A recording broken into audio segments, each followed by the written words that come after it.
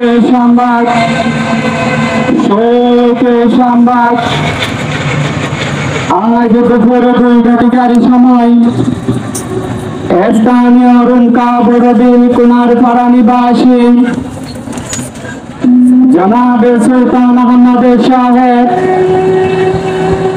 প্রকাশের মৃত্যু মকবুল আহমদের প্রথম পুত্র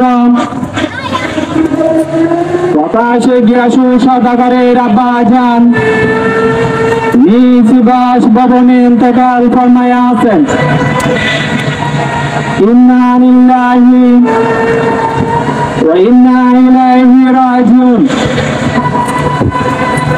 আগামীকাল সকাল 11টার সময় স্থানীয় দরকামুরা কবরস্থানে মরহুমের জানাজার নামাজ অনুষ্ঠিত হইবে। উক্ত জানাজার নামাজে